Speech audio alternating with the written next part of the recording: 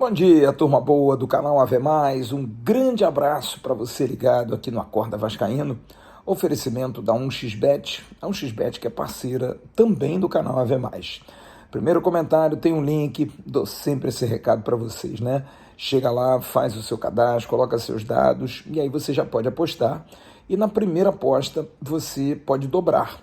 Você colocou R$ 50, você bota a palavra Ave Mais como palavra para dobra.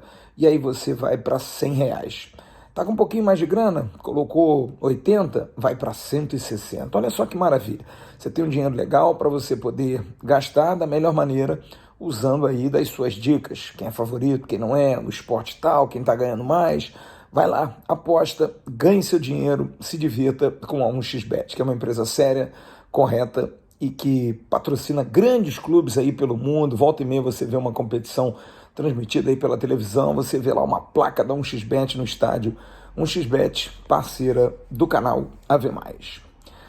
Às 4h30 da tarde, o Vasco enfrenta o Brusque em Santa Catarina, num jogo muito espinhoso. O Vasco perdeu ontem a terceira colocação para o Grêmio, que foi nitidamente ajudado, porque houve um pênalti claro para o Vila Nova, não dado.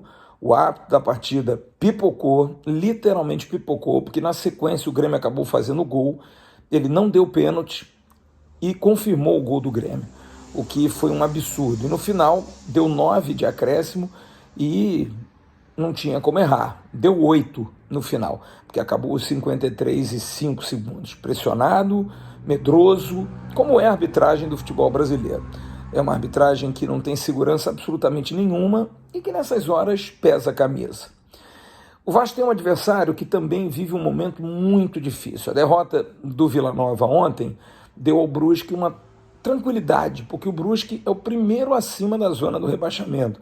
Se o Vila empata, o Brusque entra na zona do rebaixamento. Por um lado, foi até um resultado ruim no caso da vitória do Grêmio, mas também dá um pouco mais de tranquilidade ao Brusque, porque poderia vir desesperado. Mas vai ser um jogo duro, vai ser um jogo muito difícil, porque o jogo em Brusque é complicado, o estádio Augusto Bauer é um estádio muito acanhado, é um estádio que vai receber um público que fica em cima, há informações de chuva, o que traz também um impeditivo de uma bola melhor. O estádio tem um gramado que no ano passado, quando o Vasco foi jogar lá e ganhou de 1-0 o gol do Nenê, era um gramado ruim, mas agora não, o gramado tinha melhorado. Eu vi o jogo do Brusque contra o Londrina, o gramado melhorou, mas de qualquer maneira não é um primor, e com chuva fica ainda pior. O Emílio Faro, mantido como treinador, ele tem a ideia de manter as principais peças, mas não levou o Nenê para o jogo, o que eu achei uma medida extremamente salutar, porque eu acho que não é um jogo para o Nenê, é um jogo de pegada, de choque, apesar de que o Vasco conseguiu fazer 5 gols contra o Brusque em 3 jogos em toda a história. O Nenê fez 3. O Nenê conseguiu fazer gol em todos os jogos, conseguiu ser protagonista. Na verdade, no jogo aqui do Rio, 2-0, ele fez os 2 gols. E no jogo da vitória em Brusque, ele fez o gol da vitória. Então é um jogador que é protagonista contra o Brusque. Porém, é um jogador de 41 anos e que traz uma maneira diferente do Vasco jogar. É óbvio, o tempo chegou para ele. Mas ele é um jogador importante para a Série B, para o equilíbrio do time.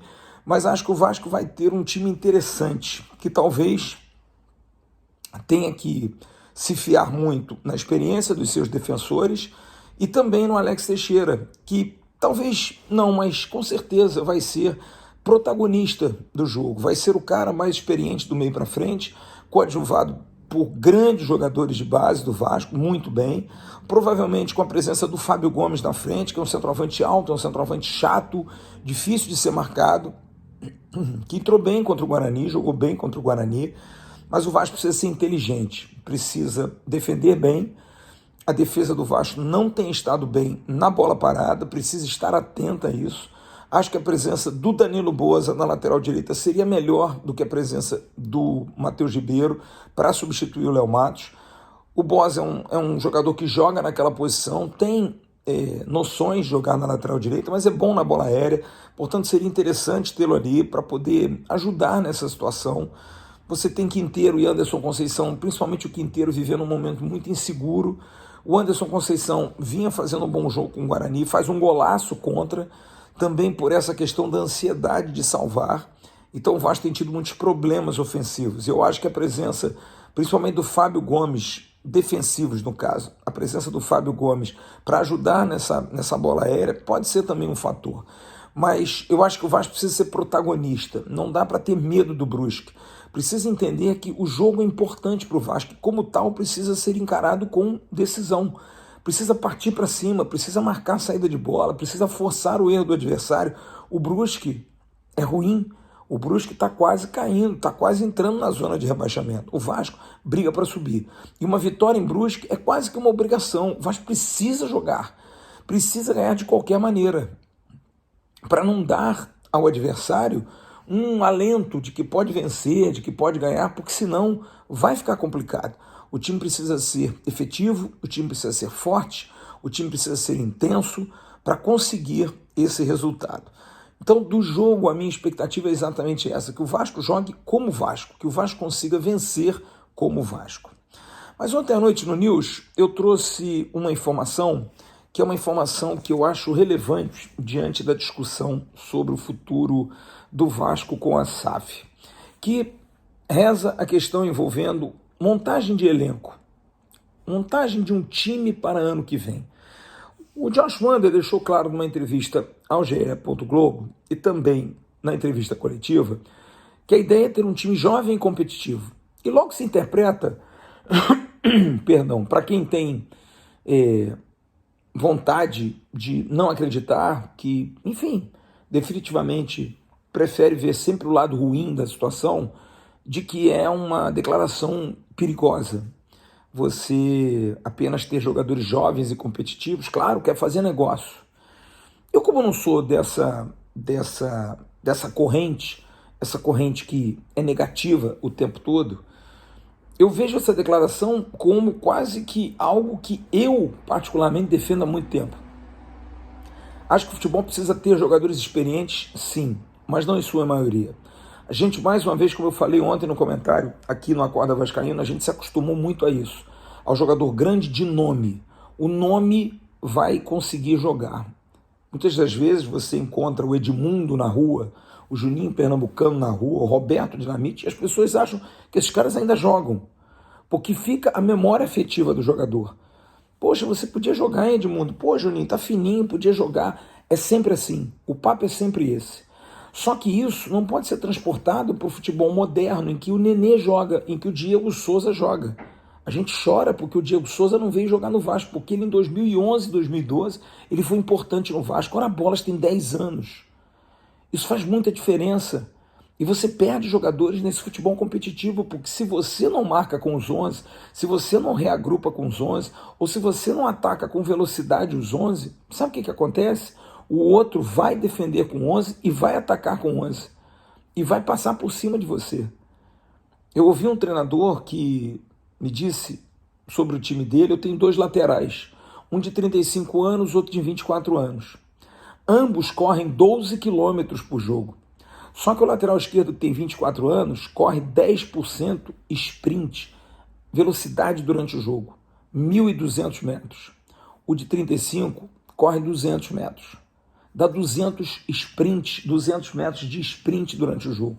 Sente a diferença? É uma diferença enorme. Quer dizer, o teu lado direito é sempre mais lento. O jogador mais velho faz o jogo à mercê dele. Ele dita o ritmo e às vezes atrapalha o time todo, dependendo da posição onde ele esteja. Já um jogador jovem imprime velocidade quando tem talento, sabe imprimir essa velocidade em prol de uma boa jogada do time. Vocês viram o gol do Vasco contra o Guarani, o segundo? É uma jogada do Marlon Gomes que toca por cima para o Andrei, que arranca com a bola. Arranca.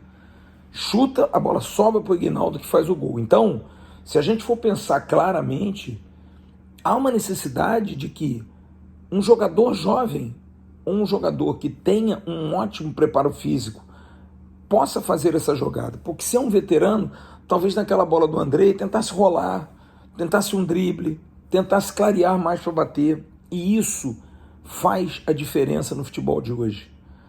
Então eu sou completamente favorável a isso. Eu acho que o Vasco precisa, volto a falar isso aqui, quem entra agora no Vasco com uma maneira de pensar não pode ficar se impressionando pela carência do torcedor. O torcedor do Vasco é um carente, o torcedor do Vasco quer jogador de nome para poder aplacar a sua carência.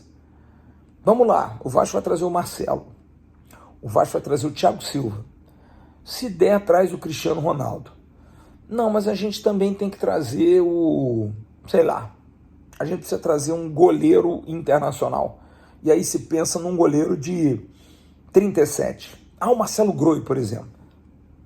Aí você fica pensando, esses jogadores vão te dar cancha ao time? Claro que vão te dar cancha.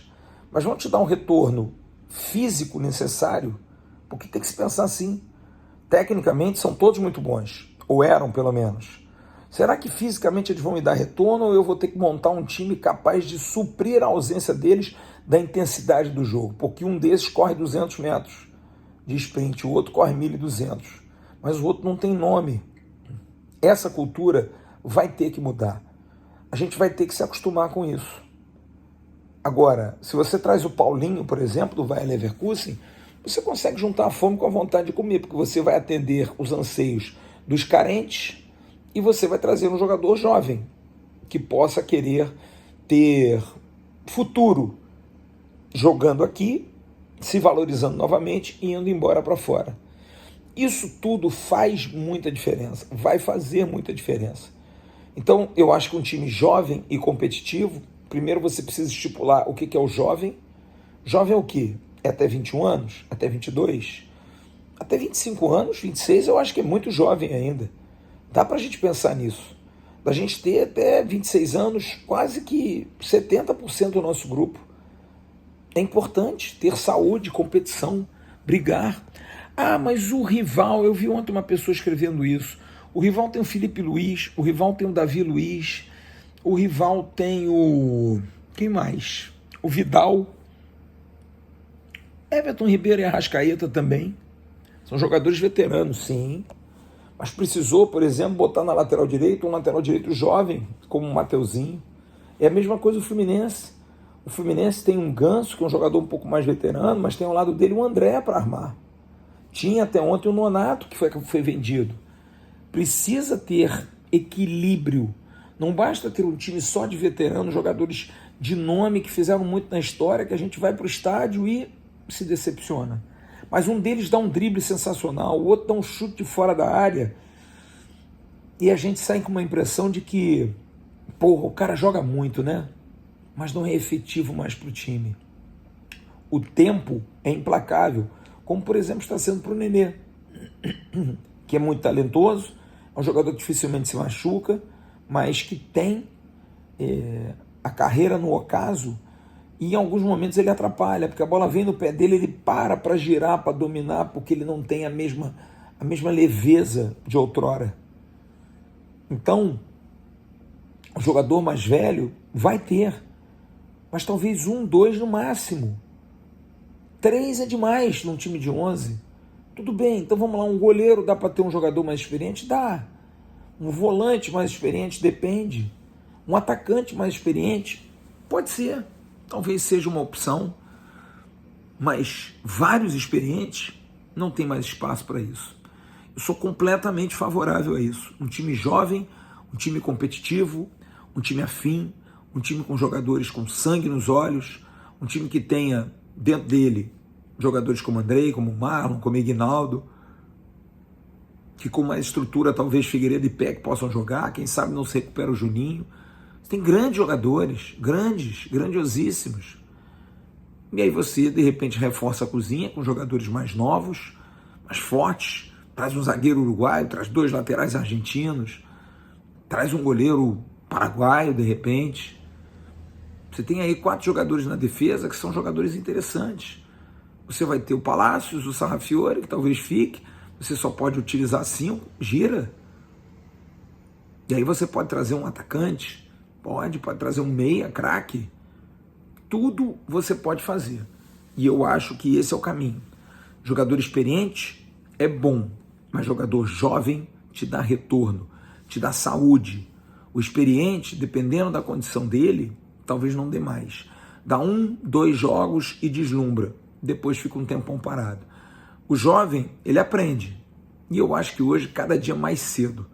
Por isso, eu sou muito favorável a essa filosofia de que o Vasco, em contratando para o ano que vem, que contrate jogadores aguerridos, jogadores competitivos, que não precisam só apenas ser jovens de 17, 18 anos, mas que tenham talento, força para jogar e principalmente força mental para aturar o Vasco da Gama, que não é difícil. Logo mais a partir de 3h30 da tarde, a gente vai estar com o nosso pré-jogo. A gente vai estar lá da Vila da Penha, do Mad Burger, com a galera toda reunida, 3h30 da tarde, conto com a audiência de vocês. Daqui a pouco tem o Faísca Tá-On no canal Atenção Vascaínos e a gente vai voltar a qualquer momento com alguma informação ou depois do jogo, se Deus quiser, com uma grande vitória. Vamos torcer a favor, vamos torcer, é o Vasco que está em campo. Grande abraço, um ótimo sábado, a gente se vê logo mais. 2-0 Vasco. Tchau.